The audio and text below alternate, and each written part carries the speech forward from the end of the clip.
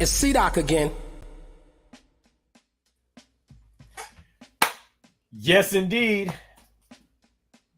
Friends and family. All the Channel Zero peeps watching us. Man, have we got a show tonight. Tuesday night. You know what it is. Tuesday night, 9 p.m. Where your kids at? They're watching the C-Doc again. If they're not, you better disown them. Yeah, my name is C-Doc, and I don't do this alone. I got my squad with me.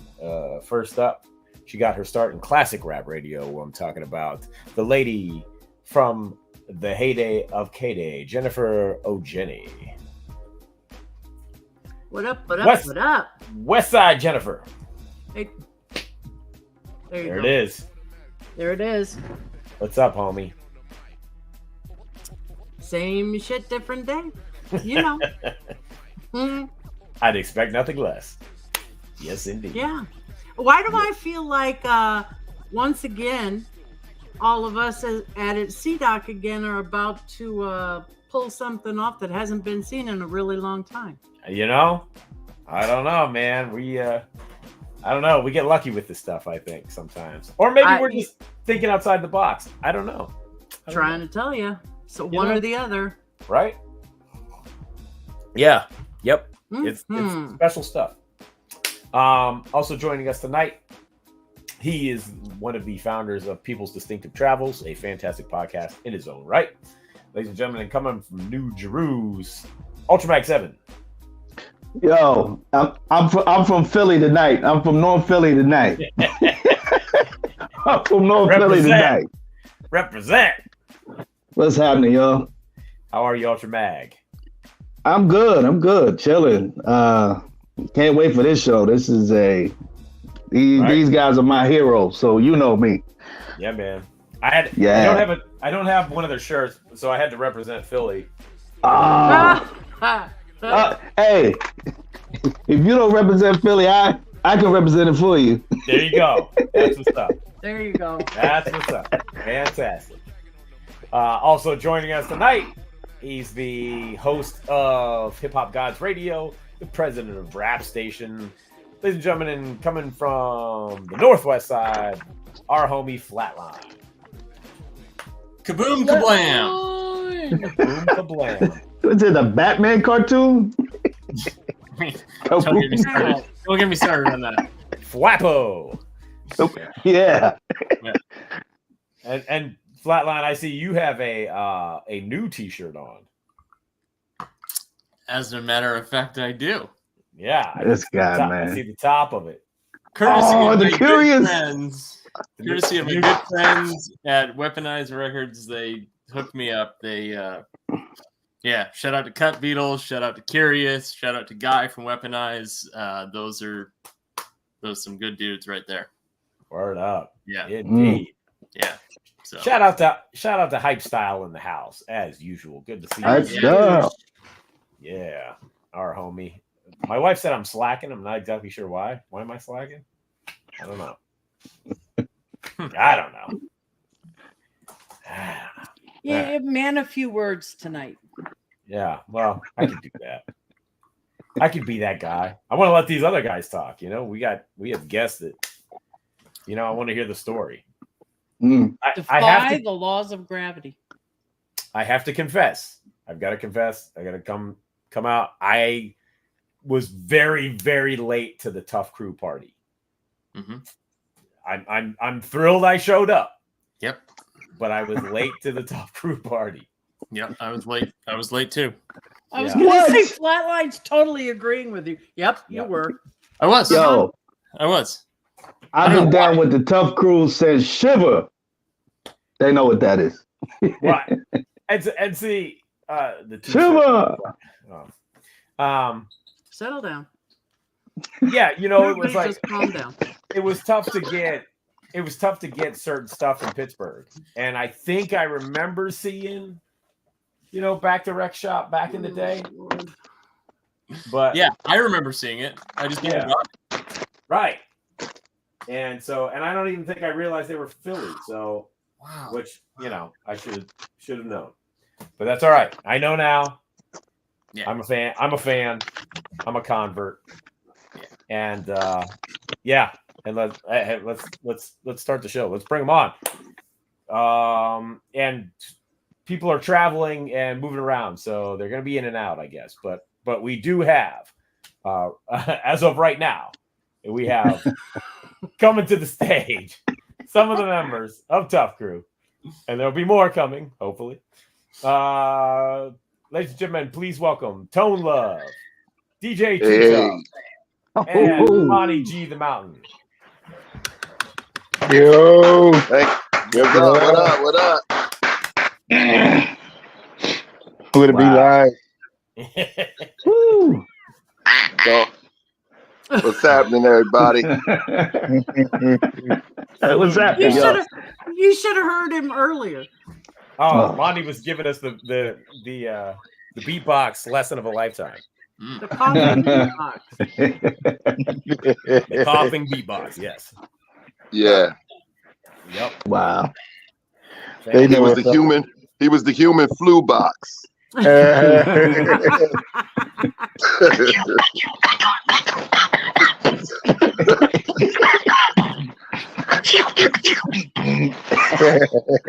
Yeah. Yeah. I love my homie.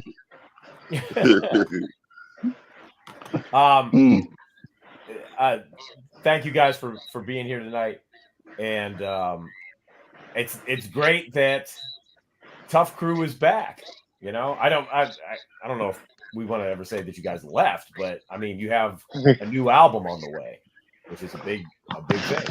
Oh, you could say that. We've been away a little while. We never really, went off the map, but we was off the grid. Gotcha. Mm-hmm. And so, what facilitated the reunion of sorts?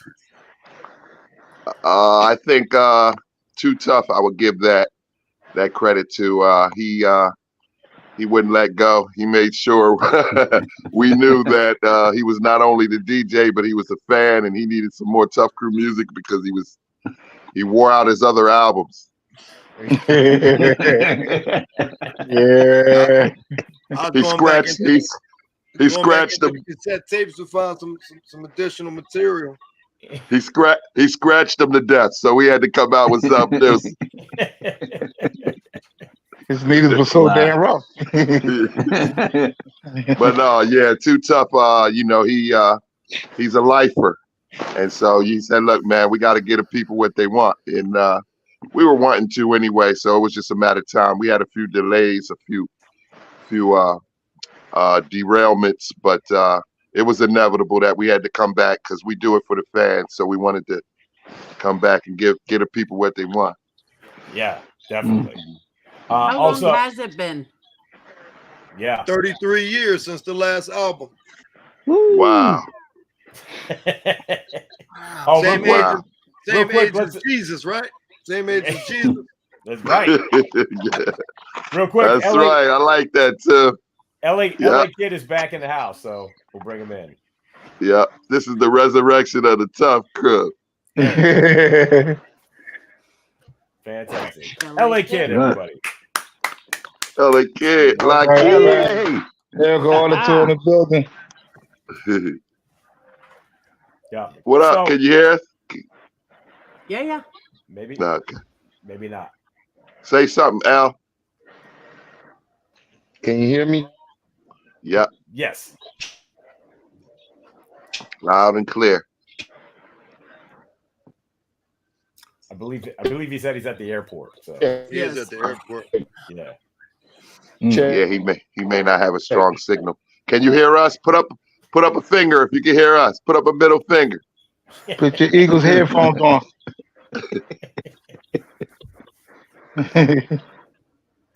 Obviously. Okay. He's telling me no. Yeah, I think he's probably could see us, and that about it. Right. Chris Schwartz Obviously- in the house. Yeah, Chris Schwartz in the house.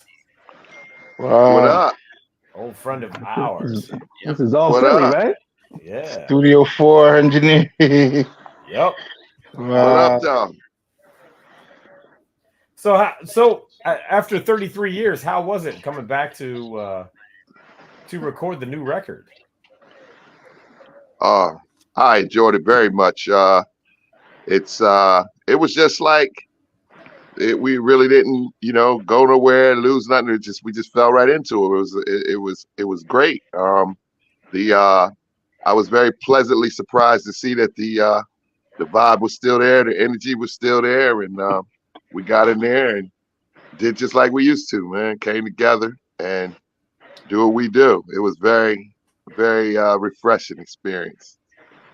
I have had the privilege of hearing the record, and I gotta say, you guys managed to pull something off that very few legacy artists are able to do, and that is come back with a record that builds upon what you guys did before. So it doesn't sound out of place. It sounds like everything I could want from a Tuff Crew record. You guys did that. Well, I appreciate that. Initially, we had a few trap Jones on there. Ice is a master at the styles. So not only does he write really well for us, but he innovates styles. So he's one of the true MCs. He likes to keep up to speed with the trap and all of that. So we had a few trap Jones on there that are also banging, but more so we use the same formula that we use for our whole career. It's the only one that we know. So, I got some breaks. I pass them to LA. LA chop them up in the Fruity Loops or whatever he's using to chop it. This time when we were in the studio, it was kind of like, let's see what we can come up with while we're there. Personally, I don't like that part because that puts all of the pressure on me. I understand that there's 3 MCs, right? So I guess there's some pressure on them as well. But after they get done laying their verse, it's like the Tuff show. And although I live and die for that moment, it is pressurized when you're trying to do the first album after 33 years. There's a little bit of a weight on your shoulders to get it out the way. So it was good to have them with me. We had our little emotional stuff, and we had PD Crack in the studio, and PD wrote in the studio, and we got him on the album. So it was good to have a North Side reunion with some of the people that we always dreamed about having on our album. And to be honest with you, 20 years, 15 years ago, we was just dreaming about being able to do this album. We've since ended up in Amsterdam at Urban Matters and been over there with Drez and Jeru the Damager, Sugar Hill Gang, and a bunch of other people. So it's been an amazing ride just for me. And I was always incredibly motivated to go get my team and bring them back so we could experience it all together, because they opened the door for me to come into the whole hip hop situation. So I felt like I wanted to give something back to the people who treated me so great and, gave me a shot to be Too Tough in the first place.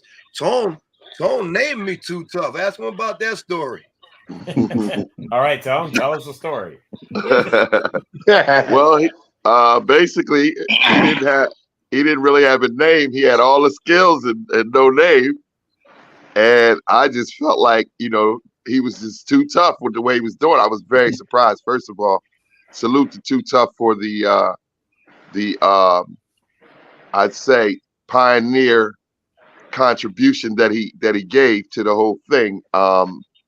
He was one of the not only first hip hop DJs out of Philly that was with the innovative scratches and his own style, but he's lasted the test of time, and from what I've just experienced, only got better. When we went in the studio recently, I knew that Too Tough, still had it because he never really stopped, getting busy. But I know that I was very impressed with his first contribution, and when he started laying it back down, I said, Too Tough is still Too Tough, and that's been his name from the beginning because he initially just was Too Tough with the cuts.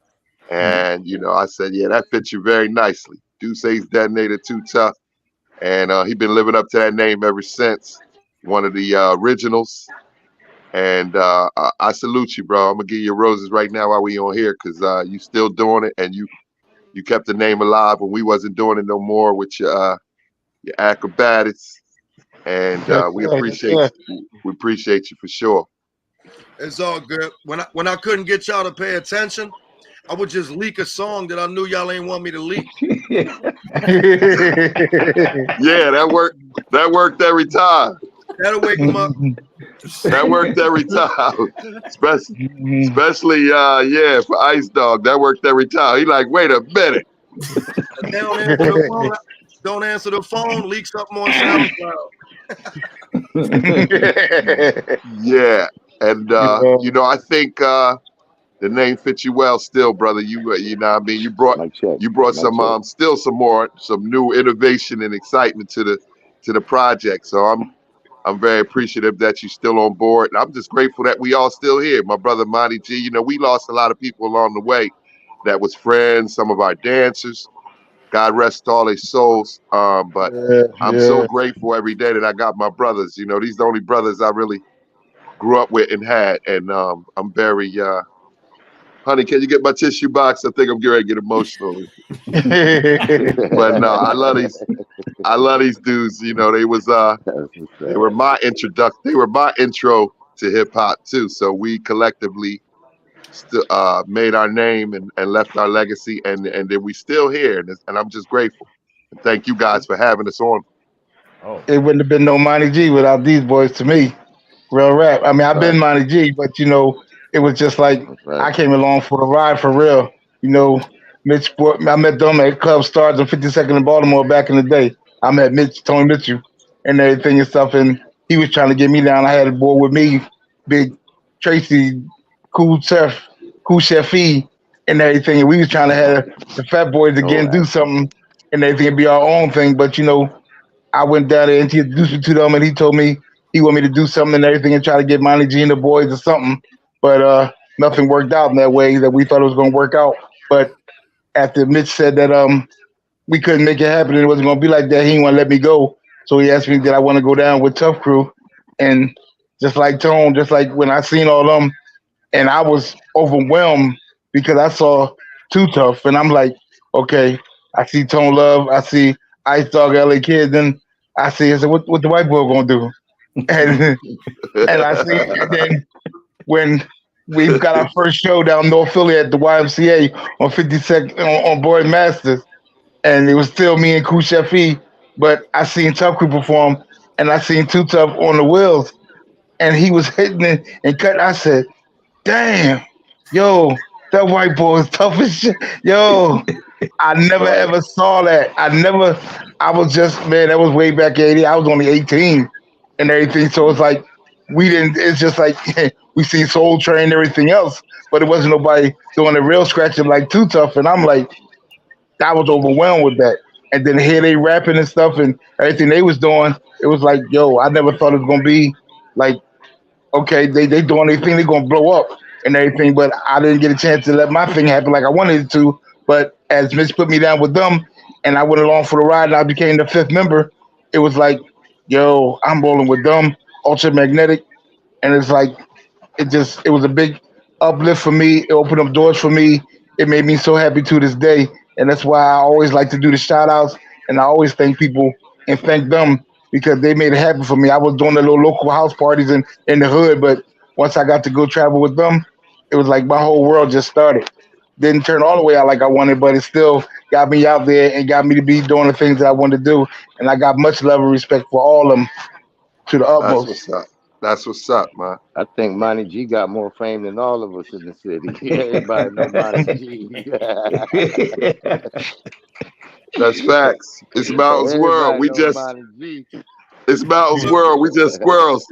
We need all of the Philadelphia Eagles, all 53 members of the roster, and the practice squad to go download the Back by Dope the Man album. Let them know, Monty. Let them know. They get their game checked. Let them hit that link. Well, right. Once I get on this Christmas album, they hook me up and I get paid for this, then I can put them down. That's what's up. And tell them to cut the check because you the mascot. That's what we about talking about now. This is real business. But it is, bro. Yeah, yes, sir. But y'all know I just got nothing but love for y'all. Y'all made it happen and just took me around the world with y'all and traveling, meeting celebrity stars that I never thought I ever would do, even get out the city. But I got to do all that with y'all, and that was a big blessing. and I'm just so thankful and proud. And like I said, to this day, 30 some years later, the records still get played. I still come in places. Everybody still see us and put the song on and just throw it on and just give me props and everything. And it's like, hey, if y'all rapping, I got the little in shout out, John, but it's all good. It's still a That's part what's of up. me, and I'm a part of y'all, and that's how things go and roll. And Tough Crew still rolling, baby. Oh, no Always, doubt. always. That's what's up. Danger Zone, yeah. That's what's That's, up. that's what's up. All day. That's what's up. Well, y'all make sure y'all grab that new joint. Hell Oh, yeah. of course, of course. I'm saying. When does the new album drop? Next month? November 3rd is supposed to. Yeah. Y'all get Oh, there, Who on there we battle? go. There Did we y'all go. put my in part on there? We got, so. Did y'all put my inverse on there? You said what? LA supposed to put my inverse on there. Did y'all get that on there? No, we couldn't put on the vinyl because the vinyl was already done, but we're gonna put Oh, them on the okay. digital, and I'm gonna try to get it on the back on the end of the video.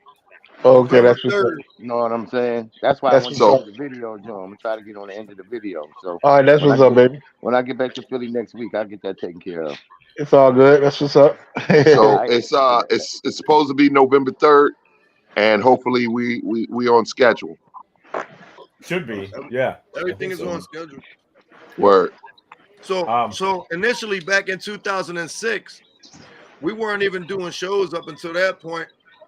A gentleman in Philly named Ray Anthony, he usually does comedy shows, but he put together a Tuff Crew reunion event, and that was the first show that we all did back together.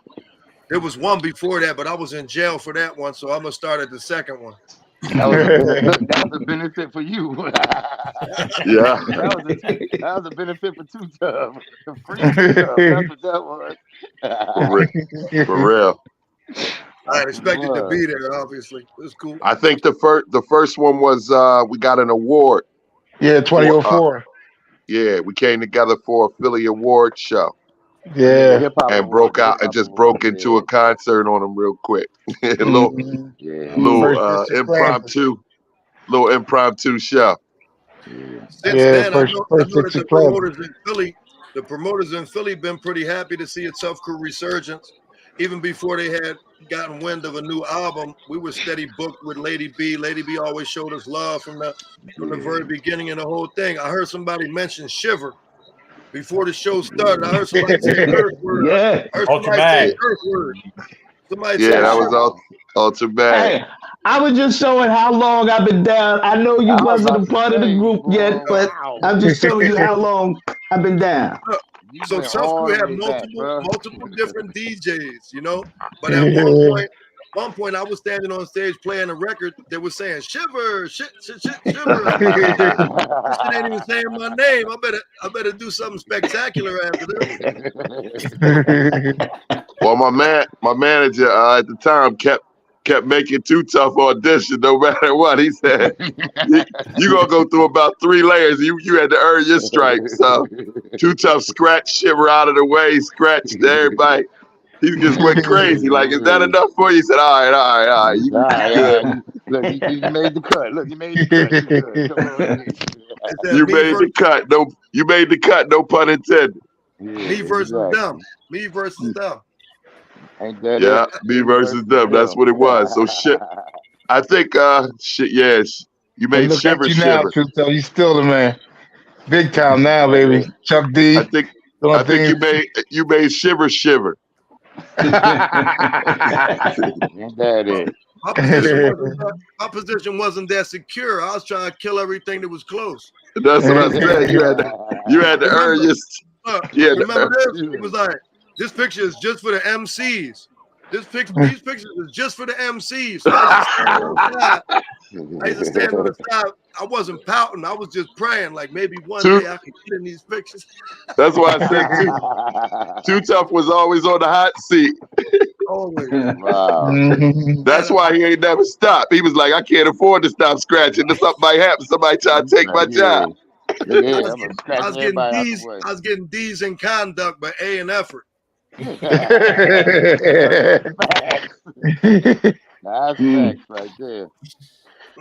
Absolutely. So I we used to catch this trolley, right? Me and Ice. We lived on 4th and Girard, and LA and Mitch, and we used to all practice at 56 and Girard. So it was just a straight shot for us to catch the 15 trolley. Going up there, meeting Jazzy Jeff, like we'll be in the basement making beats, and then a random walk by from Jazzy Jeff and the Fresh Prince. I was in that motherfucker like, whoa, is that, these people just walk by? And, yeah, I see that. Remember when I stole Big Daddy Kane's 40? Yeah. Big Daddy Kane got scared because the police was coming. I He sat remember. his 40 down. He sat his 40 down. I just gripped him up real quick. He wasn't worried about the 40 down in the cop. I remember that. I remember at Mitch House on 56th Street. Me and Shantae sitting on the couch. Me and Roxanne and Shantae sitting on the couch.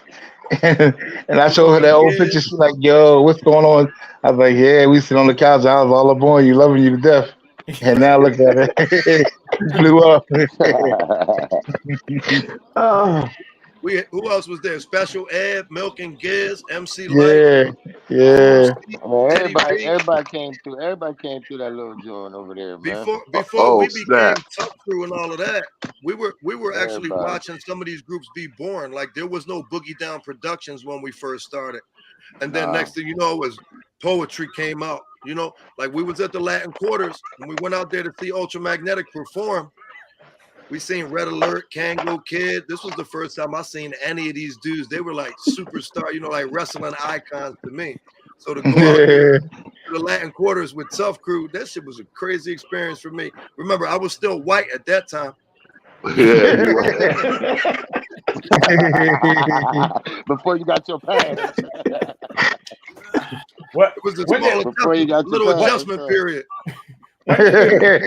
When did the group start? How did the group come together originally? Oh wow. Dang. Different versions of that one. Well, here I'm gonna bring it back to day one. Originally, our manager at the time came to me one day and asked me what I wanted to do. I told him I wanted to rap.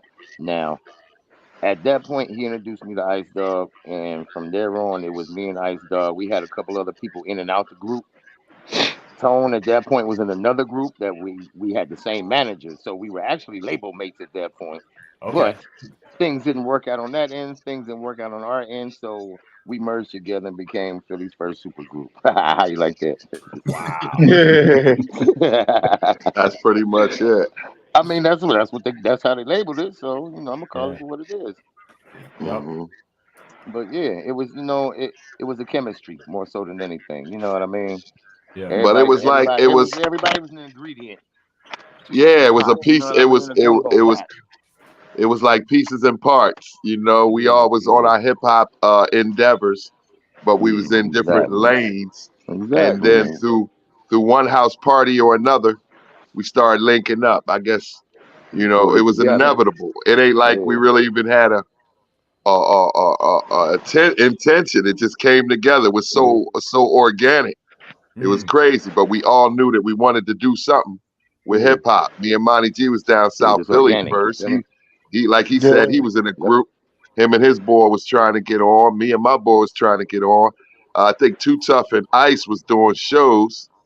Or Ice was rapping while Too Tough was scratching us, I believe, down house parties in North. And then LA Kid was first one who was on the beats and everything.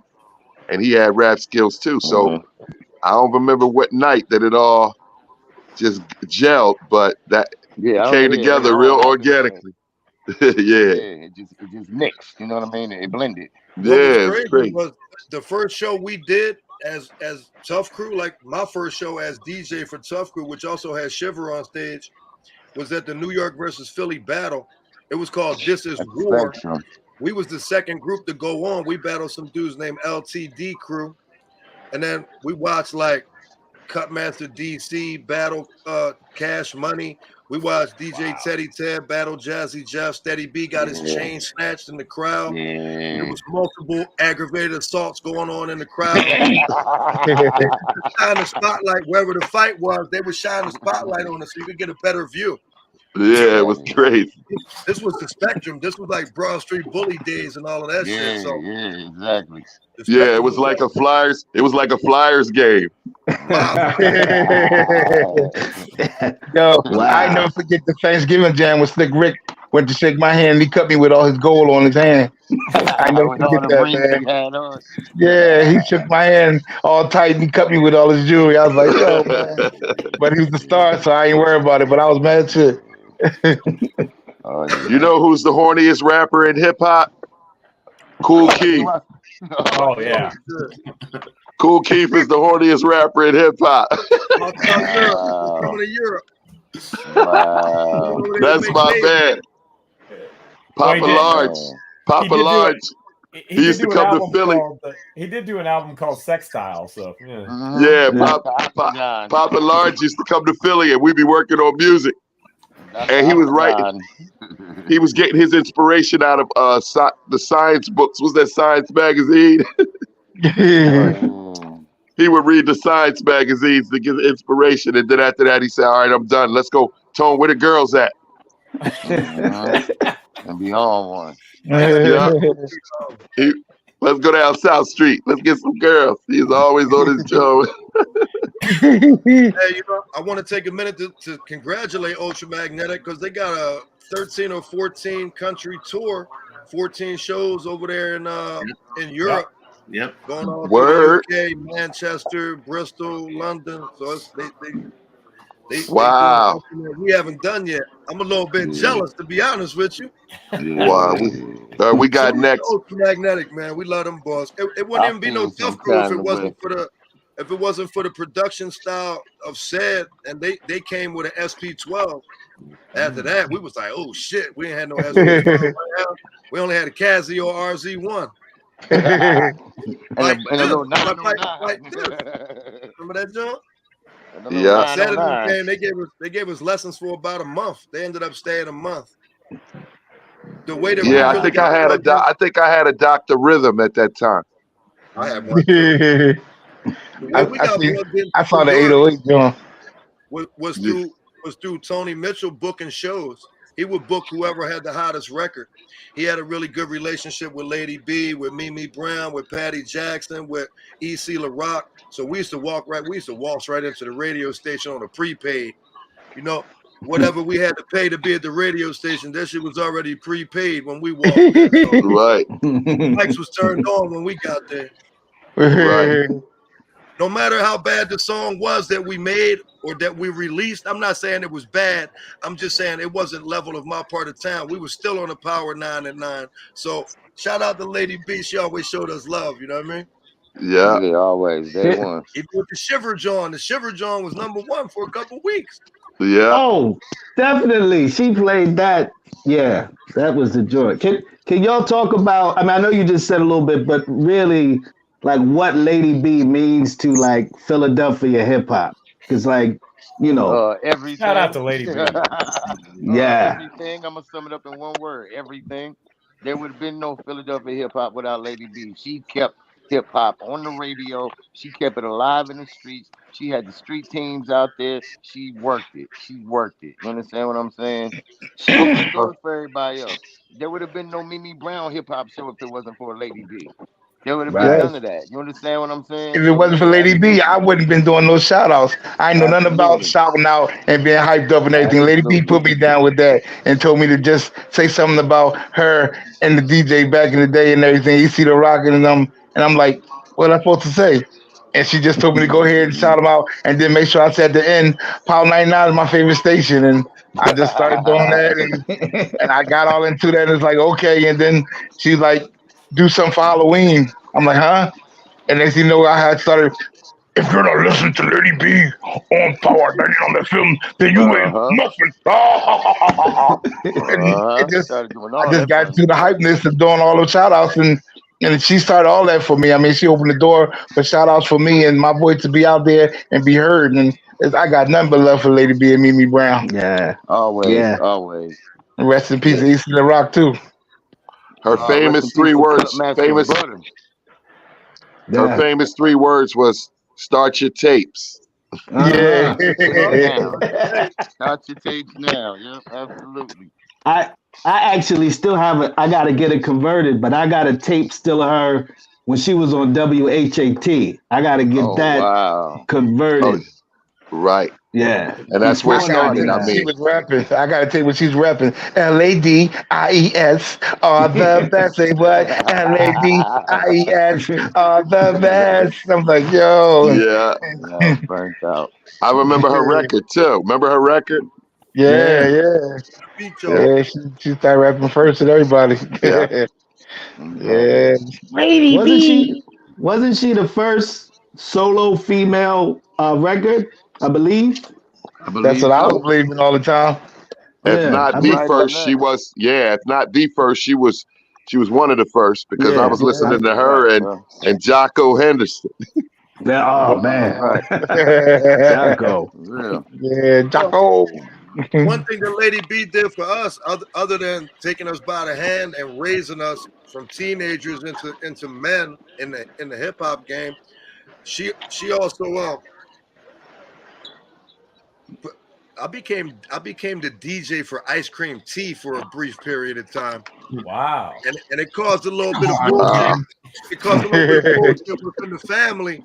You know what I mean? Because they're like, boy, who you gonna be the DJ for? You gonna be the DJ for every rapper in Philly now that you got a little clout. You know what I mean?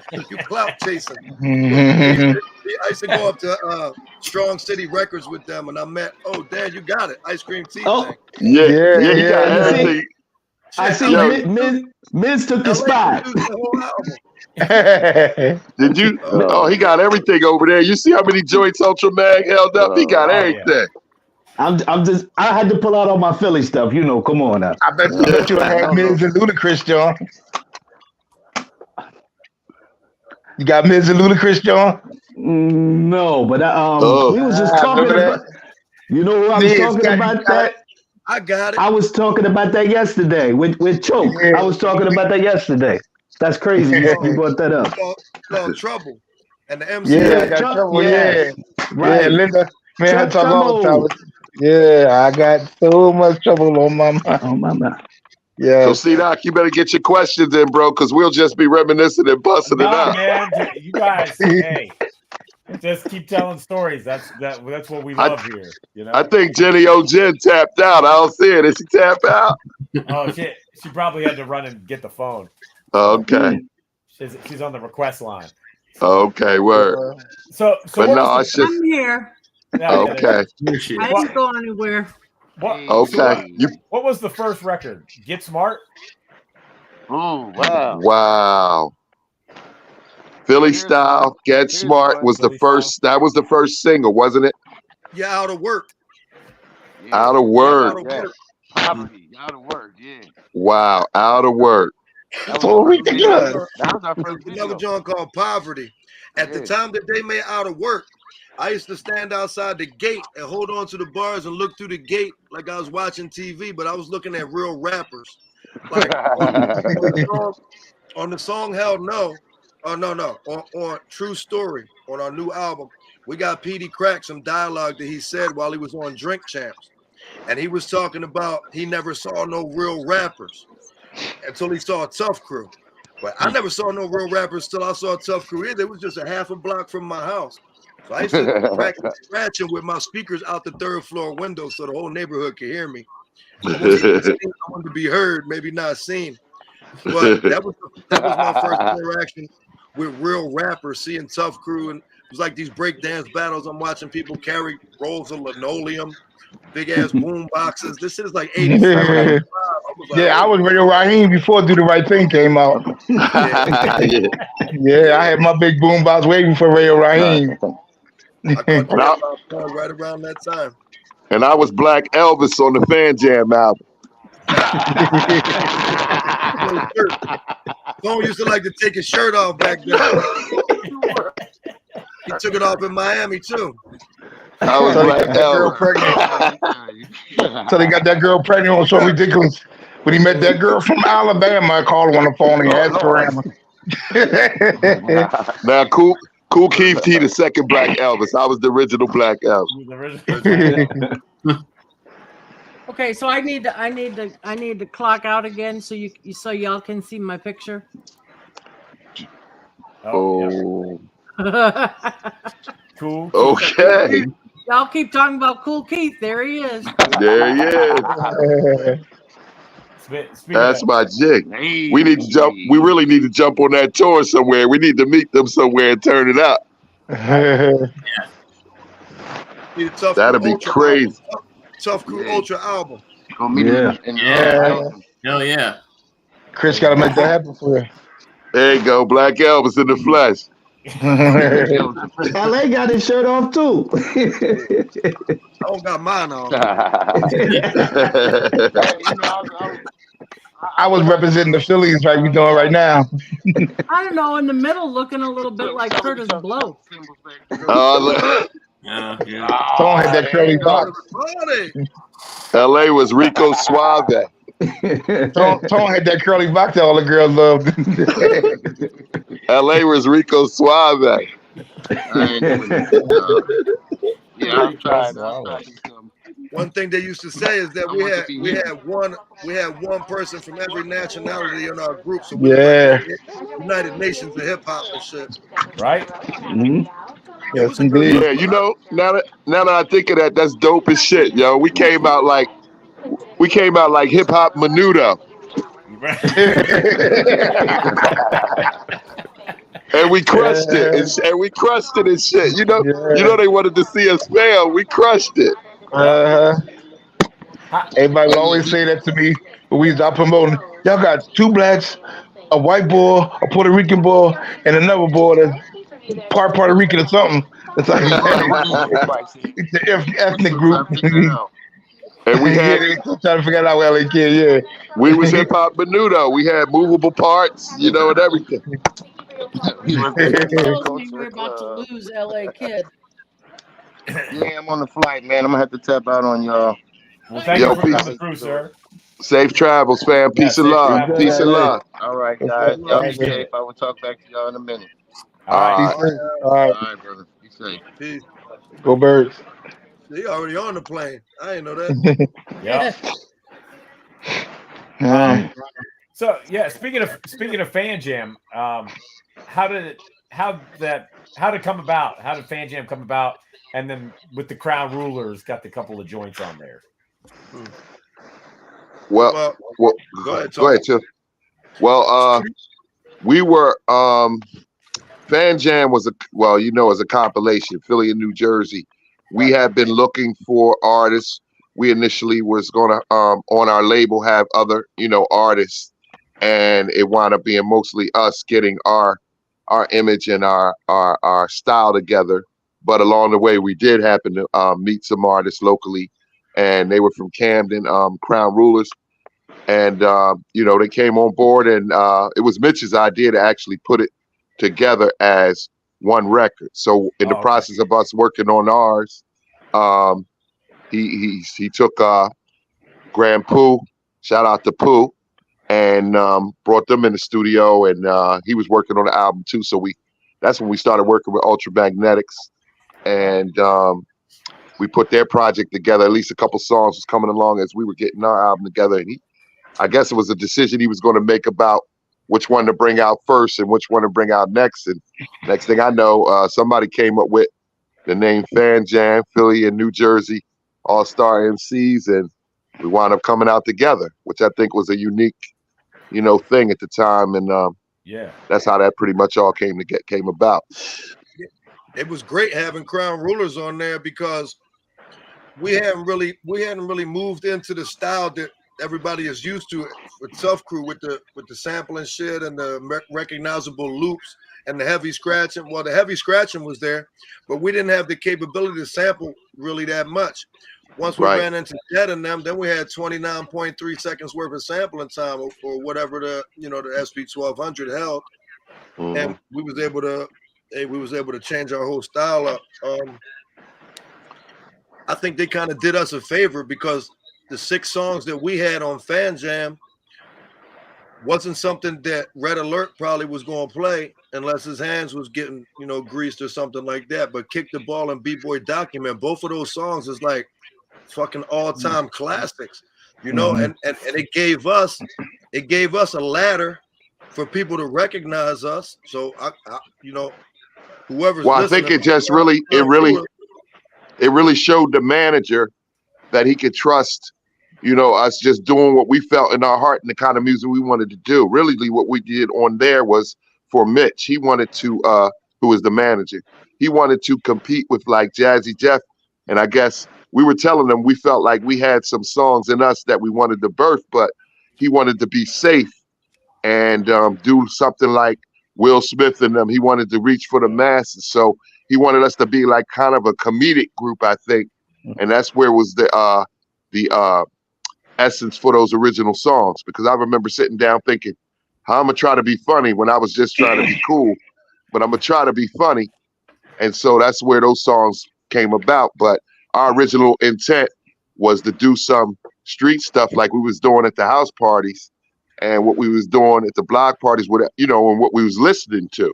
So it really did help us to have them on the album, because they convinced our manager that it was okay from the feedback we got on Crown Ruler's songs on there, that it was okay to do straight up hip hop like on the urban style.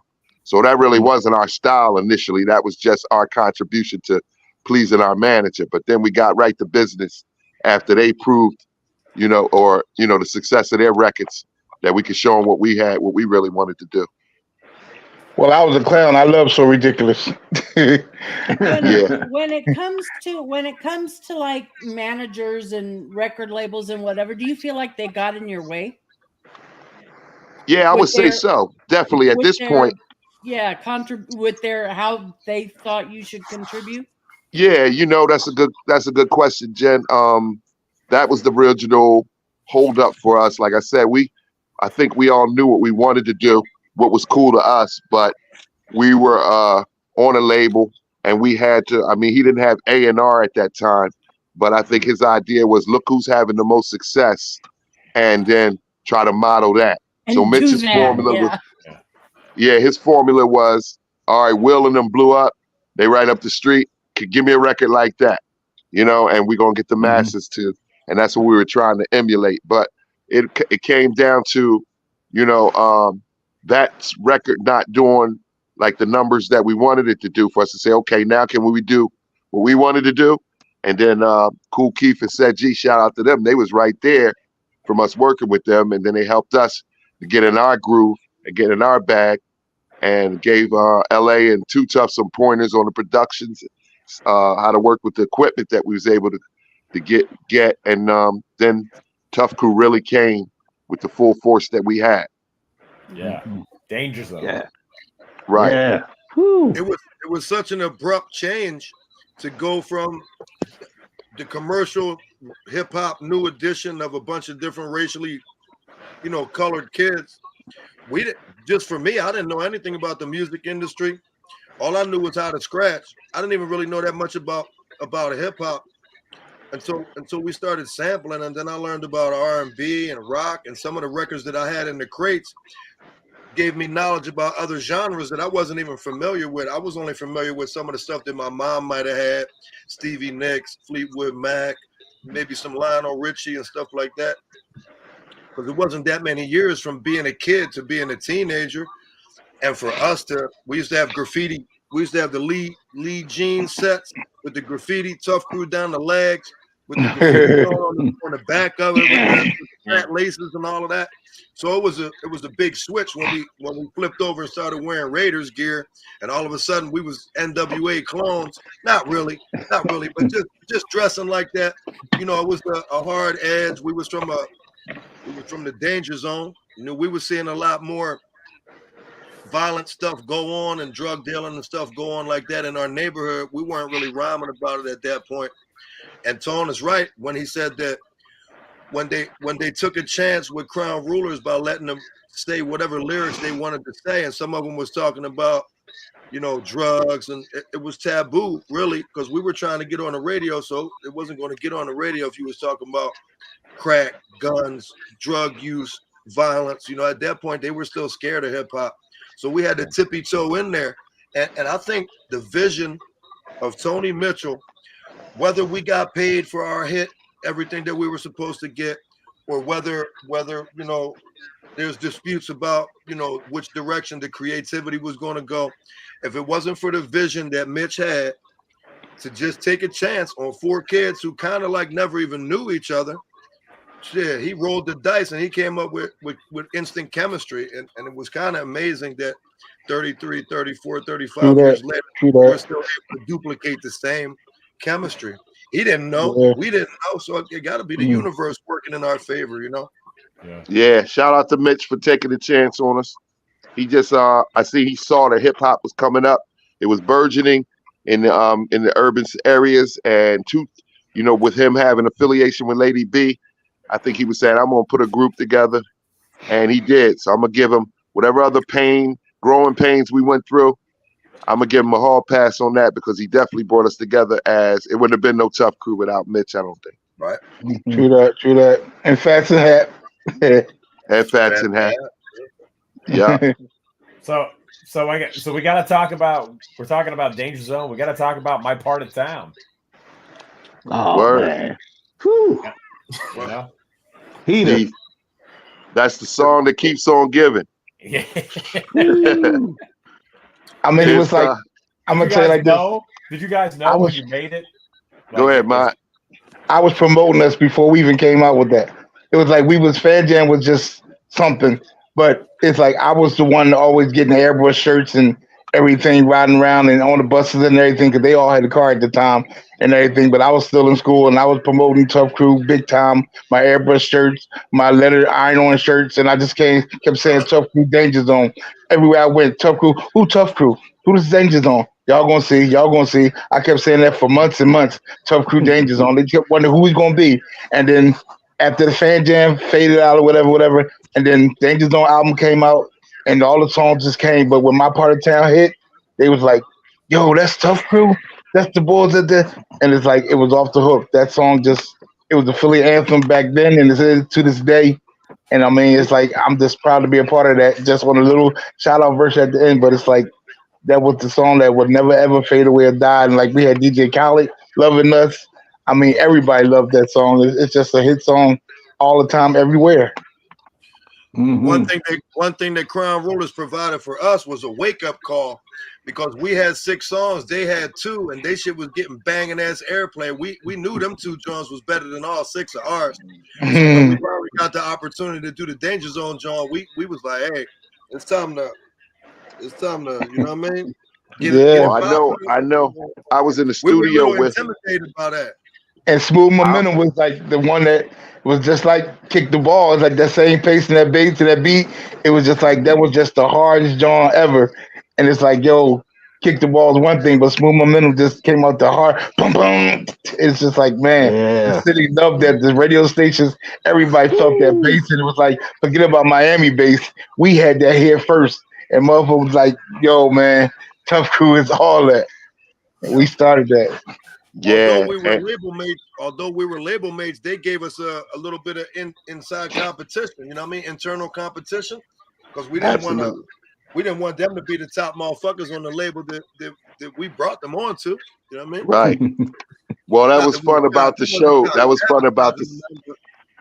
That was fun at the shows, because we got to most of the shows we did with them until we kind of start breaking off, but. It was fun at the shows early on, because we come out, or I would come out sometime and do a kick the ball dance while they was Crown Rulers was performing, and they would come out sometime, be up there with us while we was doing our thing. But like Too Tough said, it was some good healthy in-house competition, especially for the next projects, because I was like, yeah, y'all kicked the door in for us, y'all convinced Mitch that it was cool to do our brand of music. Now we're gonna light it up, and that's what I think. My Part of Town was just a culmination of us, the energy we had ready to go. I didn't even know that was going be as big as it was. You never really know which record's going to take off, but right. They loved it, and Philly embraced it, and then the whole world embraced it. I guess everybody. Even recently, we was in Delaware doing a show. And Northside was inspired from North Philly, and us, repping, North Philly. Even though me and Monty was from South, I used to be up north a lot, and so North Side was born out of that. But when we went to Delaware, I was shocked. This last show, they went fucking crazy off of North Side and asked us to perform that. So we have a lot of records that we do. Not too often do we do North Side. And they was just determined, like we had to do North Side like we had to do my part of town, and they flipped out. I mean, it was so wherever the North Side of shout out to the North Side of Wilmington, Delaware, because they must have been repping. They've been repping for 30. Go ahead, Tom. They've been repping for 35 years with North Side, I guess. And when I used to ride on the subway and get off and blow in Girard and everything, and everybody down North Philly, everybody that had a banging system in their car had one of the titles of our songs on their car. It was like, yo, you see a title song from Danger Zone on somebody's car. I think our tape was the most stolen from cars, and it was probably the most. It probably was the most bootlegged. One of them. Yeah, it was one of the most bootlegged, and definitely the most stolen from other friends. I never forget what I didn't know about the bootlegs. I know about it at that time. I'm sitting down there on 11th and Market helping my man sell crates and crates of Tuff Crew's tapes and everything and stuff, and autographing them and everything. He like $5 tape, Tuff Crew, and I'm helping him and everything. Then I go back and I talk to Mitch and everything, and they tell me like, we didn't get paid for that. They're not the original tape. They do. I'm like, what? I help this motherfucker down here all the time and sell all these crates of tapes, and he gonna buy me a pretzel and a sausage and something from Woolworth and everything, and the bulls chopping us on some bootleg tapes. Oh man, I was so mad that time. I don't know how many people told me, Tone, can I get another tape? Somebody stole mine. Wait, so people stole my Fan Jam tape. So I used to have that tape. It's stolen. My Back Direct Shop tape, they stole that too. So Tuff Crew tapes get stolen. That's what I was saying. Hold on. And somebody had the nerve. We did a show in Baltimore, and somebody was bootlegging our joint inside the show. That's when Tone went ramble on them though. Tone went out there and said, yo, he flipped the table and just started stopping and scratching, breaking the shit up. It was like, yo, what the hell you doing, man? Tone like, you ain't doing that shit, taking our money. Like, yo. Yeah, I mugged the boy. I mugged him and knocked the tape over, started gripping up the tapes. Come on, by, help me pick these tapes up. I ain't selling our shit in here. Then we got it. They started shooting at us at the end of the job. We rolled home. Broke the windows and shit in our Astro van. Yo, we like that. We go to the gas station and clean out the broken glass with the vacuum cleaner. Yeah, we roll home with a shot up van. TL back to yell. Here's a look. We got some stories, yo. If we make a movie or a book, make sure you get it. Oh yeah. No, the real thing was Miami, yo. When we was in Miami on tour, I'm telling you, Luke was the mayor of Miami and everything and stuff. And you know, everybody there, Luke had all the girls, they came to the room. Luke came to the room. It was us 5 and the 2 dancers and everything. But Luke came to the room with like maybe 10 girls or whatever. And he's sitting there, he told us the girls, he said, all right, y'all, these the girls I'm bringing to the room for y'all, and they're gonna give y'all whatever y'all want. Right, girls? Right, Luke? Y'all want them to go get butt naked in the pool and everything, they're gonna do that for y'all. Right, girls? Right, Luke? And it's like, we got everything. And yo, real rap, I never forgot, these girls didn't care about nothing. And the boy from Miami Vice, he told us, he said, yo, AIDS go out here. Y'all make sure y'all put on 3 condoms when y'all mess with these girls out here and everything. But yo, LA Kid didn't mind because he had his joint up in the room. We all sitting there watching TV and everything. And he just having sex with this joint on the bed right there while we all sitting around looking like, yo. And then Tone had this big butt chick, that everything. He couldn't even put his knees on the floor. He tried to do it from the back. He couldn't get his knees on the floor because the ass is so high. I'm like, yo. He's swimming on her butt. Like, yo. Yo, man. All right, buddy. My wife in the room. Take it easy. Oh, it's all cool, though. I love her. She know I love her. Let's talk about the past and the past. But then it got me when I had a cyst on my ass and everything, and I went down there and I was told and my bag is so heavy to go down to Miami, and it just get to real water and everything. But I had a cyst on my ass, and we go down there, and they said, "All right, the doctor said I can't get no water and everything." So I bought me a float joint, thinking I could just sit on my stomach and float. These motherfuckers come on there and flip the joint over, put me in the chlorine. My ass started swimming like Three Stooges. I jumped out that pool fast, like, yo, why y'all flip me over? Chlorine burned the shit out of my cyst. Man, yeah, we made it up to him. We got him a bucket of Kentucky Fried Chicken. Yeah. No, first they teased me with the White Castle shit. Gave me, mind you want something to eat? I said, yeah, I'll take a couple of burgers. I didn't know White Castle was that small. They all come out with big baskets or something. They give me 2 burgers. I'm like, what the hell is this? They said, you said you wanted 2 burgers. I'm like, not this small. And they eat. I was like, oh man, y'all got me. They said, you said 2 burgers. I was like, no. I said, we had the chicks and mine had the chicken. Yes, sir. We had 12 chicks and he had 12 piece. Yes, sir. I got my eat on and everything, boy. Every time they turn around, give us a tab, they turn around, look at it. Yo, this part of y'all feed, man.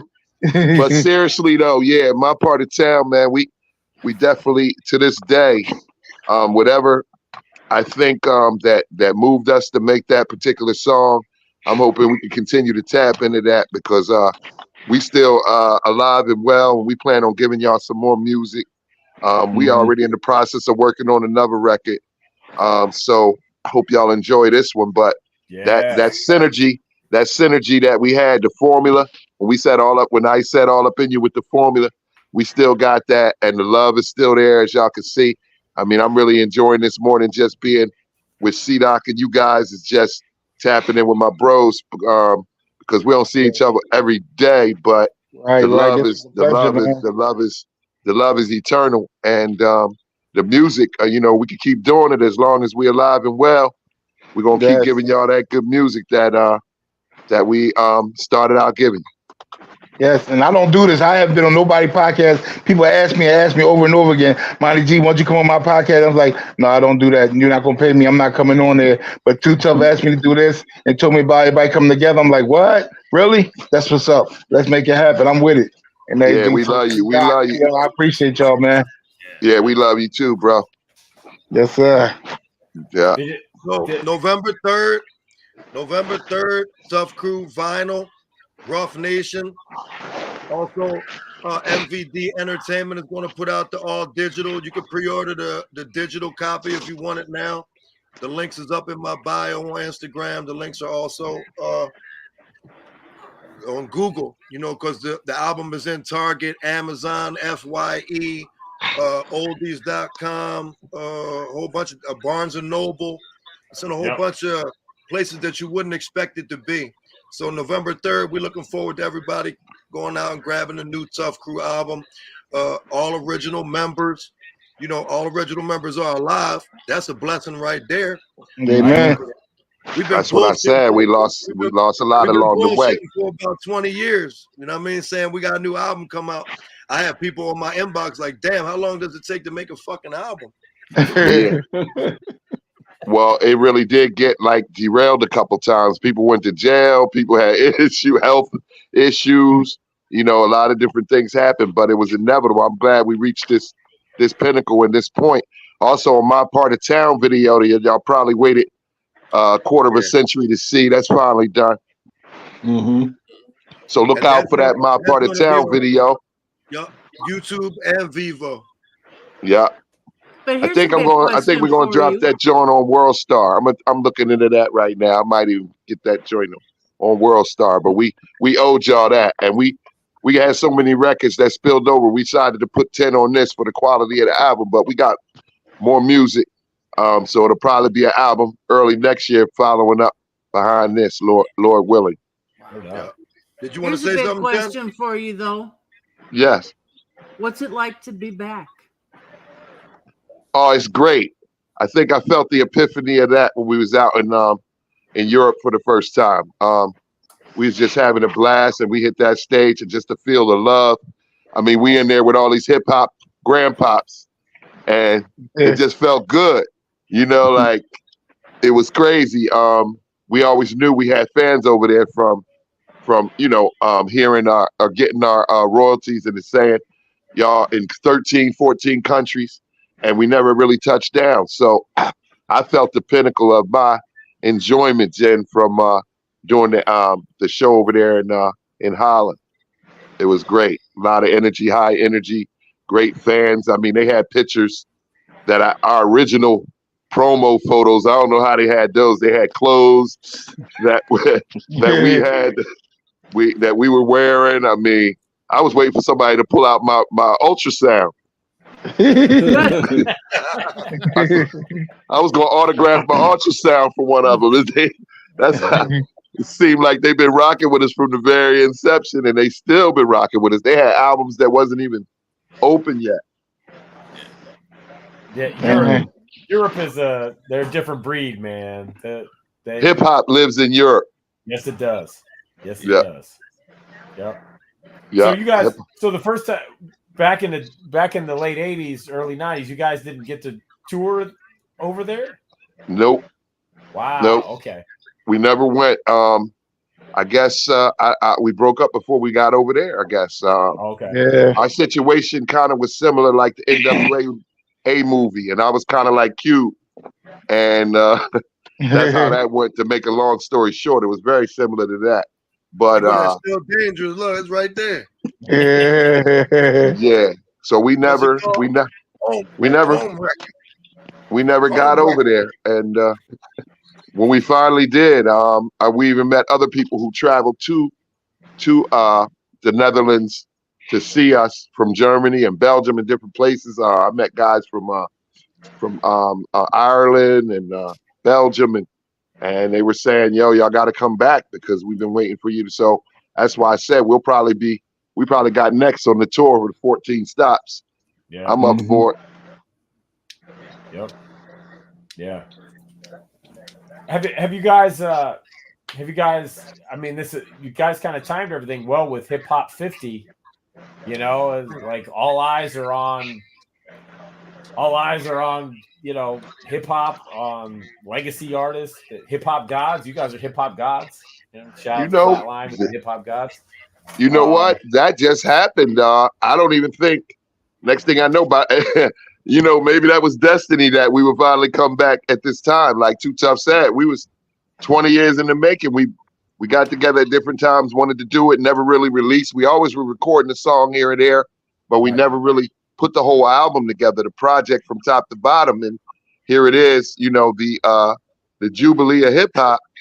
And that's just so happens when we came out. So that must have just been God ordained, because we didn't really time it. Like, let's wait till it's been 50 years. I actually been wanting to do it since I can remember the early mid 2000s. About probably 2007 or 8. And, it was a song here or there or old school show here or there, but never really knocking out the whole project. And we had a couple little, Too Tough did a few projects he was trying to use the music that we did record and at least let the fans that we had know that we were alive and well and recording. So I give him the credit for that, because it kept them hoping for a record. And, we finally got it birthed. But it wasn't, that just kind of haphazardly happened that it was the anniversary of hip hop. One thing that happened early on, 2008, there was no Tuff Crew, but I figured I had all these old songs. So I had some Mechanism Johns. I had a few Ice Dog songs that we did after the crew broke up. We went out to Brooklyn with Jason Zotos. We remastered them, and then we got to deal with Traffic Entertainment, who is also basically Warlock. So I got to deal with the same label. They go to Unsigned Hype with Mechanism. No, they pulling out all the props, man.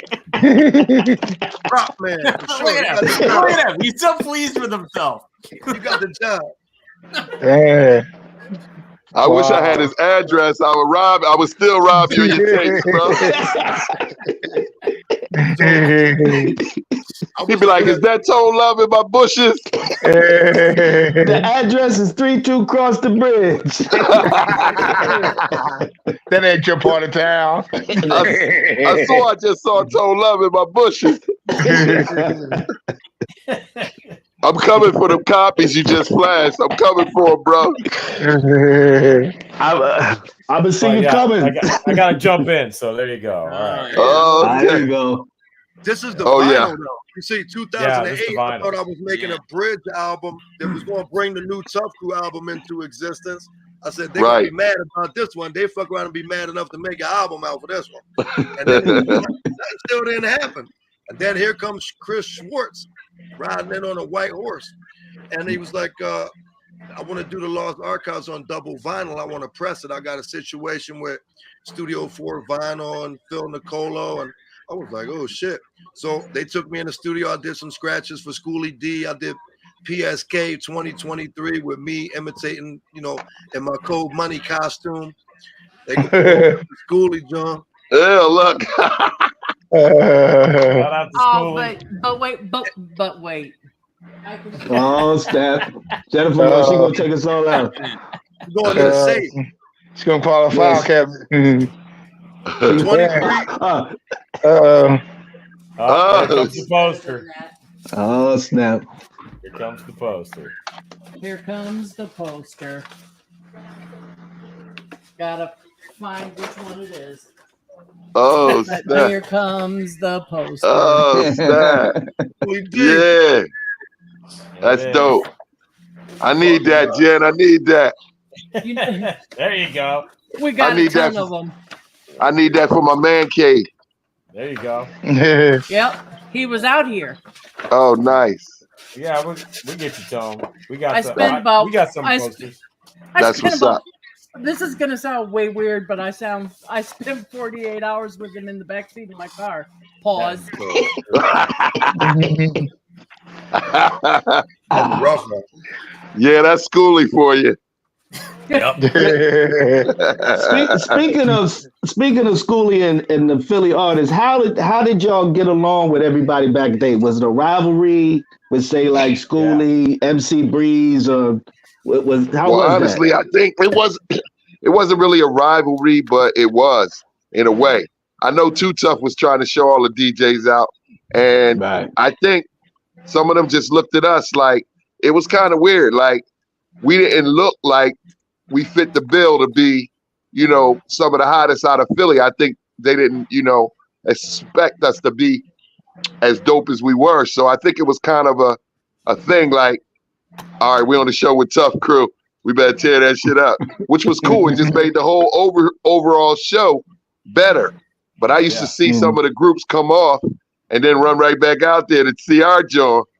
And so, like, between us and 3 Times Dope, Schoolie D, Malika Love, and a few other, a few other groups. It was a healthy, I guess, competition, but we didn't really battle the way New York artists battle. Yeah, no doubt. But I do think we might have been begrudged a little by the Hilltop Hustlers. Yeah, remember Lawrence Goodman came in and listened to our stuff, and then next thing you know, the dat was missing. And then Steady came out and was like, "Yo, ain't that a beat that we had or something like?" Yo, yeah. I think they might have stole our demo or some shit like that. Yeah, we looking for that John in the room. He listened to it and everything, and all of a sudden, as soon as Lawrence left, we all ready to go back and practice or whatever. And it's like, where did that? Where did that? It was. I think it was an instrumental digital copy. But yeah, they were the ones. If anybody, I would say Steady B, Cool seeing them. Because they were from like West Philly, and we was representing North Philly and South, and so it was a little bit, I think, unspoken competition that they wanted to be the best in Philly, but we just was doing us, and we ain't even get caught up in all that type shit. But I noticed that a lot of people must have wanted to see our show because I used to see the same ones that just was on stage come out there to check us out. So I said, we must be all right. I had always wondered if. Because, we've talked to New Jersey artists and they talk about how they didn't get the same respect that New York MCs got, New York artists got, because they were from Jersey. And I didn't know if you guys, if you also had to like show and prove, you know, collectively Philly against New York and so like that, you know. We weren't really concerned. We weren't really concerned with outdoing New York. Okay. As soon as my part of town, as soon as Danger Zone came out, within a couple of weeks, we were on airplanes down to Miami, Florida, and it was like overnight. I went from being a kid in a prep school at St. Joe's Prep, wearing penny loafers and a tie, and then 6 months later, I was down there with Luke Skywalker, removed something, and you know, a lot of ass shaking around. MC Shadi, you know. But yeah, I think and to answer your question, there was not us so much trying, but in back of my mind, I was like, I want to let New York know that we right next door, and y'all not really doing nothing that we not doing. But although I was influenced by the artists, because that's what I was listening to on Lady B's show, I said, well, if we get the chance, you know, we're gonna show y'all that we can do it too. So once we was doing it, it seemed like we was being shunned a little by New York. Because I know they knew us now, especially since I did shows with some of the artists. They knew who we were. But I think, again, they were looking at it because we didn't look like your traditional group. Like, oh, they whack, just because they might look different. But I know they knew the records because some of them was even using some of our shit. Right. So I'm like, y'all ignoring us, but you're not ignoring us. But they didn't want it to be that. Could this little Menudo looking hip hop group be better than? So we got kind of ostracized out of New York, I think. But everywhere else, people were taking our tapes and they pretty much promoted us by taking us around to different states, going into the service or going into college. We put out the Beastie Boys. Right. I think they looked at us, and that's how the Beastie Boys was able to come out and do their thing, because they looked at us and see how we was mixing everything, and they were like, "Damn, we can try 3 white boys, see what they can do." And everything, they get them to play in a platform like that. But we started that and everything with our different cultural group and everything that we had. Yeah, I think we did, because after that, then I saw MC Search, then I saw other groups coming out with diverse ethnicities, but. I think New York just wasn't ready for us at the time, but because I know they knew about us because they was really banging "Kick the Ball" and B-Boy Documents was on our album, right? So they had to know. Yeah. Some of the, just going back on the talk about beef, or did we get along with artists in Philly? The way that we discovered Crown Rulers was because Pooh was throwing $100 bills on the stage while Steady B was performing, asking him to battle Steady B. He wanted to battle Steady B at Camden High. After that show, Pooh came up to us and I got his number and gave it to Mitch, and then they ended up signing him. So I didn't know nothing about being an A&R and all of that at that time, but we kind of brought, you know, Pooh had beef with Stab because that's how he was looking to get into the game, like a mini LL, you know. And then speaking about 3 Times Dope, who was also from Hilltop, they were our stage competition. If we did a show and 3 Times Dope was at the same show, well, they didn't have another DJ that was going, you know, tear it up on the wheels, but they had Chuck Nice, and he used to come with this crazy ass beatbox with all these fucking lights on it. And one time we was performing, it was Shantae, Tuff Crew, and 3 Times Dope at the Carver Center, and they sampled "She Bad Hank," kids, and then it went into the "She Bad Hank" shit. They went on before us, so I remember getting a certain charge of energy. I was like, yo, they using our shit. You know what I mean? We was going on that. So we heard them using our shit. And it definitely, they upped our game as well. So a lot of the groups that we used to maybe have so-called confrontations that only we know, Crown Rulers, Iron Sharpened Iron, you know, they came onto our album, made us have to tap into a little bit more of creative juices to catch up with what Sad and them did for them on B-Boy Document and Kick the Ball. And then 3 Times Dope, you know, being the stage part. Like they had a good stage show. They had the 2 dancers named Jay and Brady. We had 2 dancers, Gary and Darnell. So it was a similar, you know, that iron sharpened iron. Again, you know, if they perform well, we stepped our game up and performed just a little bit better. So they were good competition for us, kept us sharp. Yeah. And I think also our studio was right around, not too far from Hilltop Hustlers. So we was in their neighborhood, but a different group. So I think they felt a little bit of territorial. we were less than a mile probably from where their whole situation was. But we was another group, and we was repping North Philly. But our label just happened to be up there on So Def, and that's why I think they had an innate built-in competition with us, because I think pop art, with their influence on hip hop, and then we came out of nowhere on them. I think they felt they had it locked down with Lawrence Goodman and what him and his brother did for the New York artists, because they brought out Shantae, Roxanne Shantae, and then they had Cool C coming for Juice Crew disc. So they was really trying to be the Philly group out of Philly that was going to be known by New York. And then I think they felt like, oh, these boys is about to be known as well. So that's how I think it went. But it was never no real beef, and it never come to nothing. We just made sure we killed them at every show. And then once Steady B did that joint with KRS, I was like, all right, have a seat, bro. Yeah. Have a seat. You ain't ready with us now. And then they felt like they was on Job Records, so they really felt better than us. And remember the Cordy joint that KRS did with I forgot that. Yeah, I forget the name of it, but after that, I had a little laugh, but I said, all right, we gotta worry about Steady P. Serious. The name of the song was Serious. Oh, Serious? Yeah. Oh, Definitely Serious. I love Serious, man. I was just playing that yesterday. There was a club. I'm serious, man. Definitely serious. Yeah. Definitely serious. Yeah. Steady B. Steady B. Definitely serious.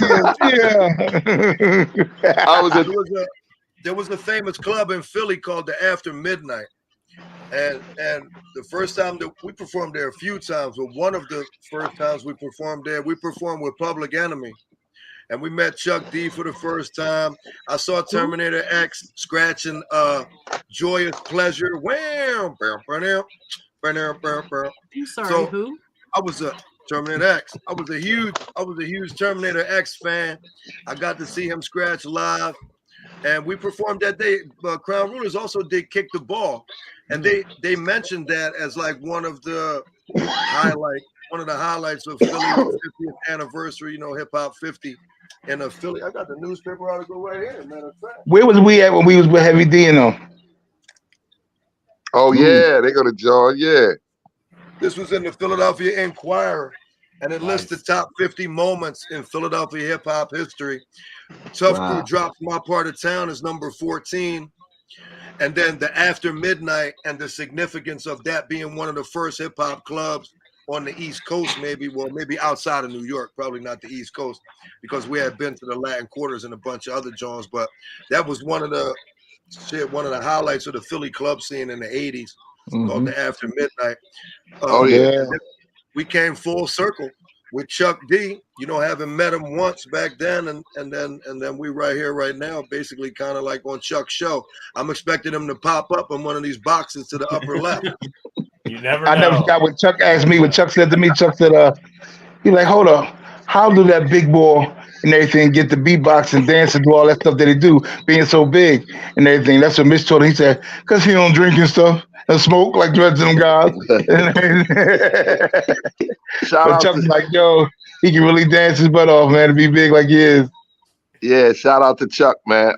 Public Enemy was definitely one of our influences too. When we're looking at ourselves as a group, we liked the ruggedness, the honesty, just the brazen, say what you feel, the anti-establishment, whatever you was on your heart. And so we were definitely influenced by Public Enemy. And that was one of the highlights of my show show life was doing that with Public Enemy and Luke and them down in Miami. We did the baseball stadium. That was one of the biggest shows and one of the most memorable shows for me. That's what we made the news down there. Yeah. Well, we also made a song called "It's Mad." That's kind of like a Public Enemy clone song. The Ice wrote, Right. you know, we was trying to mimic other people's styles. No matter how much we tried to make a song like Eric B and Rakim, our little twist wasn't going to really remind people that it was Eric B and Rakim. But for us producing it, we was like, oh, we're gonna make a joint that sounds kind of like, you know, Deja Vu, or sounds kind of like a noisy joint like It's Mad. It's Mad was 117 beats per minute. So it was kind of like power to the people, power to the people. You know, so one of those up joints that Chuck made, Right Starter or something like that. Yep. A heavy influence on Tuff Crew. We had a lot of influences. Yeah, I wouldn't say clones, but more or less like we were fans of hip hop, and now we were getting our chance to be hip hop artists too. So that was the people like paying who homage. That was like paying homage to Chuck by us doing It's Mad shit. Right. Like we had inspirations, and then some of our songs were born out of the artists that inspired us, and PE was definitely one of them. And NWA was the other ones, but we weren't exactly like them. We had our own stories, but that was the music we were feeling. So we was like, we're gonna give y'all our contribution to that type of vibe.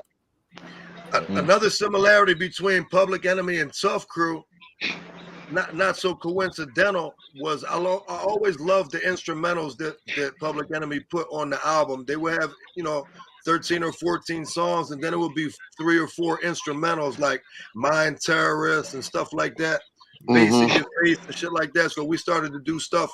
Well, I was happy to have an opportunity to be able to do instrumentals on an album with my same team rhyming, so they kind of like gave me a joint just to cut on. And that was really cool for me. It gave me a challenge. And I had LA to make the beat, so really all I had to do was fill it in. Soul Food was one of them. Behold the Detonator, and we had a lot of Going the Distance. One of the joints that everybody loves because of the Rocky, the Rocky theme. They use it at the games and stuff. So we always been 100% Philly, and we probably still be 100% Philly to the day that we bid y'all farewell. We're happy to be here and be still doing it. We look forward to y'all listening to the new album and giving us some positive reviews, some honest reviews on what you think. If we lived up to the old name, you know what I mean? Who's better, the old Tuff Crew or the new Tuff Crew? We got the music for y'all to compare now. So we got a new album with 10 songs on it. We can go back and sit it side by side by the old shit and see what's going on. See who fell off or who came up. All right, so the new album comes out November 3rd. November 3rd. All right. All platforms, MVD Entertainment, all digital pre-order is up now. It's also on Apple Music, of course. You can listen to it after November 3rd on Spotify, Tidal, all of the, all digital platforms, places. Yep. And then the vinyl is colored. It's colored vinyl. I got one here. The colored vinyl. Yep. 10 songs. New Tuff Crew. There you go. Beautiful. I'm so used to doing the promotion, you know what I mean? I think I'm on a commercial or something. No, you and Monty, y'all always been the promo dudes, and that's why everybody plays their role. And we're gonna even bring Monty. I want to get Monty on this new project. He feeling better, and we want to give hip hop what it deserves, which is a nice injection of some real hip hop, the essence. We bringing back the scratching. I want to bring back the beatboxing. We're going back to our old show with the dancers, and we just gonna bring back that entertainment aspect, because I think that's what is lost. Hip hop lost is not dead, but it's not dead. But I would say the rigor mortis was setting in. Look at Rap City Joint on BET. I was looking at that earlier before we got on and everything. And just like Mob Deep, you know what I'm saying? He asked, Big Ticket said, what you think about the rap today? And he's like, I don't want to diss him or nothing, but it's nothing like how it was when we started all that. When we was doing things back with the hip hop and the rap genre was completely different than it is now. Now you hear all these names and people adding a number to their names. Like, who the heck? He says nothing like it was like hip hop and Rap City times back in the '80s and stuff. And that's what they want to hear again. Yeah, the soul of it. You know what I mean? It's not just about, violence. It's not just about that music came out of the rap game because I think those guys were being influenced through A&R, what to say, because people wanted to hear certain messages and have that resonate with the hip hop community. But hip hop was a communication thing for us. It was the answer to peace, to the violence that was already going on amongst the youth. It's so ironic that they're trying to turn it into something that's propagating violence, but it actually started as a means to stop the violence and battle in healthy ways with our creativity. So I don't know who got it backwards, but Tuff Crew, we back to just inject it with that real essence and that real creativity and communicating messages and all the things that we was hearing. That's what I got from Chuck. What I got from Run DMC and them was to put some attention on your DJ. I got a little better at it from Chuck too, but we built our group around our DJ so he could do his thing. We made sure y'all was entertained at the shows, which I see very little of anymore. I mean, all of that is a part of the hip hop thing. You got people paying to come see your show. You give them a show. Yeah, you sign autographs. You come to the after party. I miss that.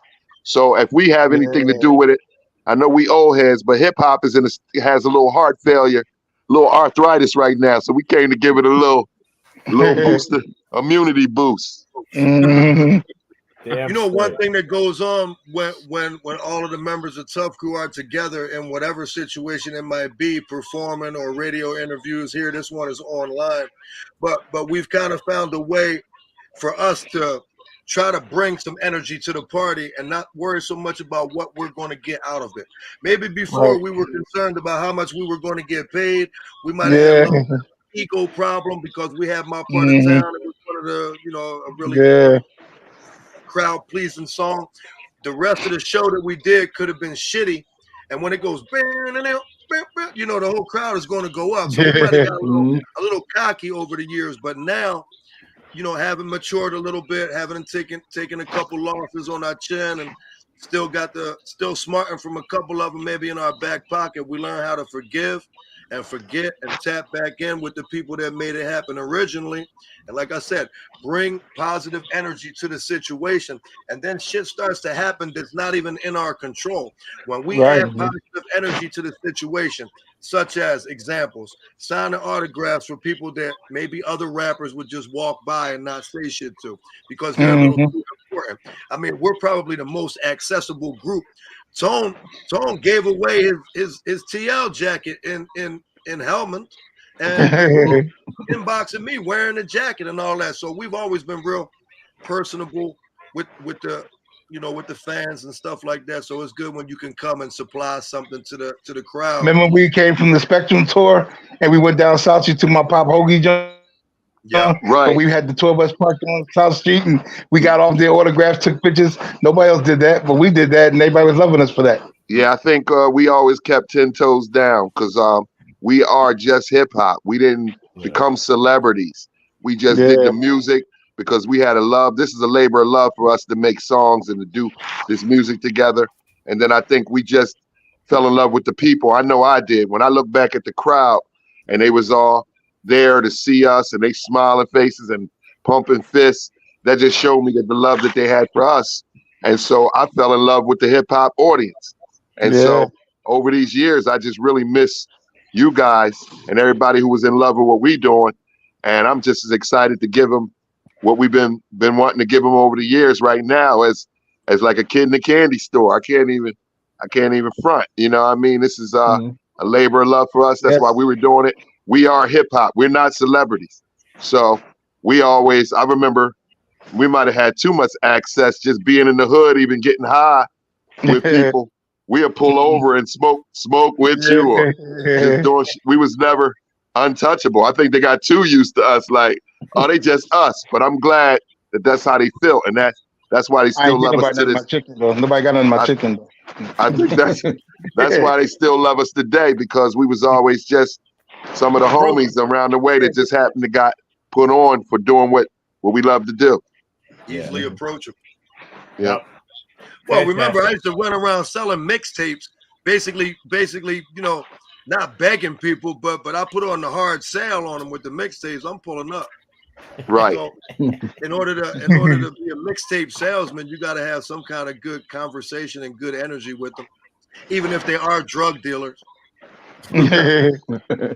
Well, that's part of the hip hop. They big hip hop fans too. So, we just, like I said, we do it for the love. And I just must say, impressed with what we came out with. We didn't struggle. Like I said, the synergy was there. It was just, we pulled a few songs out, moved a few songs around, and we wound up having enough music for 2 albums, really. So we're gonna give y'all that a little bit sometime in the near future, and make sure we get a little beatboxing and some more of that Tuff Crew magic that y'all grew to love, and we just gonna keep it pushing as long as we had the opportunity. And I want to thank God. I want to take the opportunity to thank my Lord and Savior Jesus Christ, without unabashedly, for keeping me here. I have kidney issues. I'm on dialysis right now, and he amazes me every day how his grace is exactly what he said it is, that he would hold me up. And I'm able to go on tour. I went overseas with a few days less of dialysis and was able to do my thing and come home safely. So I thank my Lord and Savior Jesus Christ for, and also healing Monty G, bringing him back from COVID with all the complications he had. And that's just on some real talk. So as long as he allowed me to live and breathe, I'm going to do it for him. I even do gospel rap too. I got an album called Truth Be Told. That's all in honor of my God. So we're going to keep doing it as long as y'all want it. And as long as Too Tough don't get carpal tunnel syndrome, we're going to keep doing it for y'all. Fantastic. All right. What's a great thing is, lastly, the last thing, one great thing is like looking at the locks. They got Styles, P, Jada Kiss, Cheek, Luch. It's kind of like Tuff Crew having an individual personality, because Tone can go ahead and do his own stuff. LA does his own stuff. I do my own shit. Ice does his own stuff. But only when we have a little piece of all 4 or 5 of the elements, including Monty G, does it give it that special sparkle and make it a Tuff Crew song. We've all done by ourselves, and it just wasn't the same as a Tuff Crew project, because we really put a little piece of our heart from each member of Tuff Crew into it, and it turns into something special almost every time. So it's always been a privilege for me to come into the game through them as the 3rd or 4th DJ, like the undrafted free agent, you know what I mean, from a small school. And it's cool. It's like a Cinderella story for me. I love these dudes with all my heart. No, man, I got nothing but love, like I said, man, because I never have had a shell top Adidas. I never had a real Adidas sweatshirt or some Sergio jeans until I was able to get that with those and everything. Because my mom couldn't afford that for me and everything. You look, I just did a video earlier today talking like Bernie Mac, talking about the new millennium and how it was back in the day, how we ain't have things like they got now. But I couldn't afford none of that stuff back in the day. But as soon as I got down with us, with Tuff Crew, we started doing our thing and touring and getting that money. I bought me some Sergio jeans, got me an 8-ball jacket. I was on 13th Market shopping at City Blues. I was like, I couldn't do that before. All my life, I was down 9th Street getting shoes out the box with the number on the bottom and everything. Talk about, this is size 10 and everything. But I got nothing but love and this all respect. One request, C-Doc, Flatline, Jenny, I got one request. Can we tell Chuck we need him on a Tuff Crew collab? Can do. Yeah. We'll pass that message right along. That's no problem at all. Seriously, I'm serious. That's my man, and I think that would just be a crazy, crazy record. Wow. Yep. Absolutely. We will pass the info. Chuck D, and Ice Dog. Wow. That's dope. It'd be crazy. Yeah. Yep. All right. Well, and me and Flav can remix 911 as a joke. Now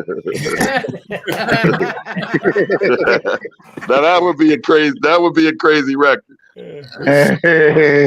All right, I want to thank you guys for coming through tonight. Monty G, Tell Love, Too Tough. Yeah. Appreciate you guys so much. See, Doc, we love you, man. Yes. Thank y'all. It was so truly much, man. truly Man, a love to y'all. pleasure. Truly a pleasure, Yes, it man. was. And yes, it's definitely. And we will have you back with the new album's coming out, and then when you have the next album, we'll have you come back. You know, Awesome. Thank you I so much. appreciate it. We appreciate your time. Thanks, Jen. Yep. Yes, sir. Hey, Ultra Mag, open the door. I'm outside for the. Nah, I was driving to you. I was driving to your crib the whole time. Oh damn! She just made me do. I got to go. God damn it! I got to go to the bathroom. Oh my God! Peace and love. Peace and love. Peace and love. Thank you guys. All right, brother. All right, peace. Wow. Oh man. oh, I'm outside your house. Lock the TL doors. is back to Yale. Lock the doors, bro. Yeah. Man, that tour story. Oh man. Monty G. Monty G.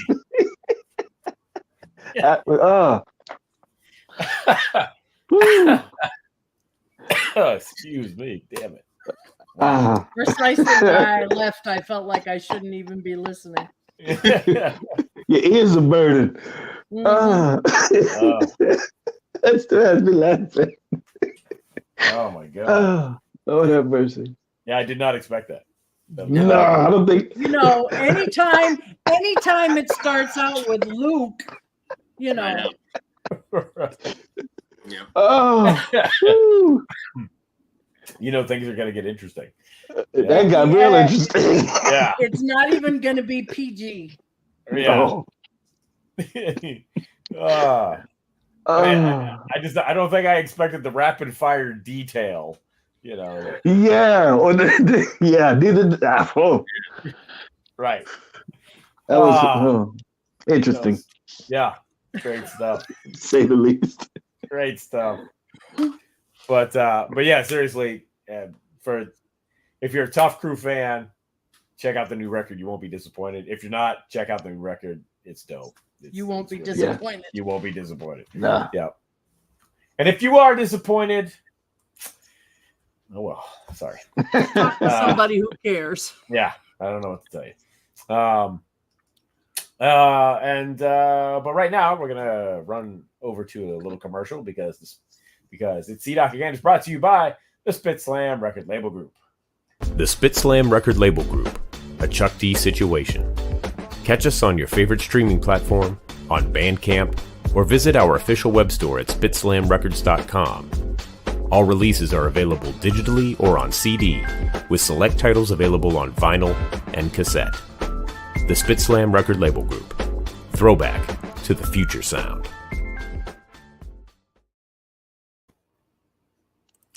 Yes, indeed. What was I going to say? I was going to say something. Oh man, yeah. The commish. So great. It's coming. The commish. By next Tuesday. You'll have it in the flesh, huh? It'll be here. Fantastic. Wow. It's exciting. Yeah. It's just Can't amazing. wait. The commissioner, she's on her way. Flatline, are you gonna get one of those? You gonna get a flatline? Maybe, I don't know. I mean, I looked and yeah, maybe. Yeah. I mean, you got a collection of those things. I do. Yeah. See, got. Or are you waiting? Put your flatline guy right there. You know. Yeah, I waiting could. for your own of the commissioner. That's what. Or I'll get a commissioner. Get a commissioner, right? Yeah, exactly. There'll be two of them in the world. Did you notice? Did you notice what she's wearing? Oh, I didn't. Wow. Oh shit! Really? Oh. Wow. That's great. dope. Huh? Wow. I am. I didn't even see You that. too can have your own commissioner. That's fantastic. Wow. She will come with her own assortment of right, Mara? Yeah. With her own assortment, you can decorate her shirt however you choose. It might even be the one that Mara showed me today. Fuck around and find out. Yep.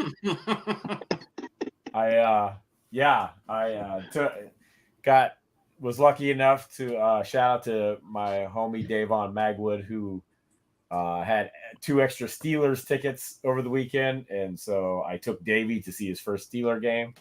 And, on the walk from parking the car, there was a guy selling T-shirts, and it said "fuck around and find out" on it, and I'm like, I gotta get it from Mara, I got to. So bless the. Right, exactly, Mara. Yeah. It needs a pull string that says "fuck around and find out." Yeah, in my voice. I agree. Yeah. Yep. There you go. And all right. So anyway, we got to tell everybody about what we do. What do we do? Yeah. You can catch Flatline. Oh, did you have a show tonight? Just barely. I had technical issues, but yes, I did. Yeah. Okay. Yeah. So there's a new episode of Hip Hop Gods Radio up tonight. Yes, sir. In fact, with a world premiere of a new Cut Beatles and Godfather Dawn. Ooh. Wow. Yeah, they gave me the world premiere. It'll be available everywhere Friday, but I'm the only show in the world that has it. Wow. Yeah, it's dope.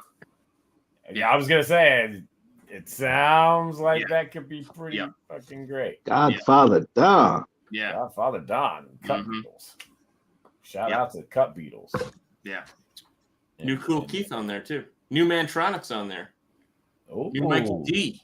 New. This guy's amazing. Yeah. I know. Anyway. Too Tough just did a show with Mantronics. Yes, he did. Mantronics. Yep. Curtis Mantronics. Yeah. New album. Soulbuck says that record is in his email. Oh. There you go. All right. Soulbuck's it. He knows. Soulbuck's it. Mm-hmm. Well, yeah. So go check out Hip Hop Gods Radio on the Rap Station app. Yep. Or Mixcloud. Yeah, Mixcloud too. Mm-hmm. Mixcloud too. And also on Friday night, you can catch Flatline and Chuck D and myself for the And You Don't Stop radio show. I play the Spit Slam Jam of the Week, which is music released by the Spit Slam record label group. You can catch Ultra Mag and Jennifer Jenny along with DJ Soulbuck every Sunday for the mixtape, where they play music from the artists that we are going to feature on next week's show. And that's if Jennifer remembers to hit the go live. As long as Jennifer can do that. And, so Jennifer, if you remember, who are we going to have next week? I remember. High and Mighty. Mm-hmm. All right. God almighty. Fine. So check out the music of the High and Mighty with Soulbuck and Jenny and Ultramag on Sunday, and we will be talking to the High and Mighty next Tuesday. Also, tomorrow night, check in for the big episode of Behind the Bars with JD, as he will be talking to the one the only Ice Cube. Ice Cube. Yep. Will be in the house. So check that out tomorrow night right here on Channel Zero. JD and Dazzy, So Chuckified, talking to Mr. O'Shea Jackson himself. Ice Cube. Yes. Ice Cube. Yes. So don't miss that. That's going to be a great show tomorrow night. Yeah. Yep. All right. Thank you to everyone watching, everybody watching on the replay. Thank you, UltraMag7, Flatline, Jennifer O. Jenny. My name is C-Doc, and we will see everyone next week for another episode of It's C-Doc Again. Yeah, we will. See ya. What the hell is that?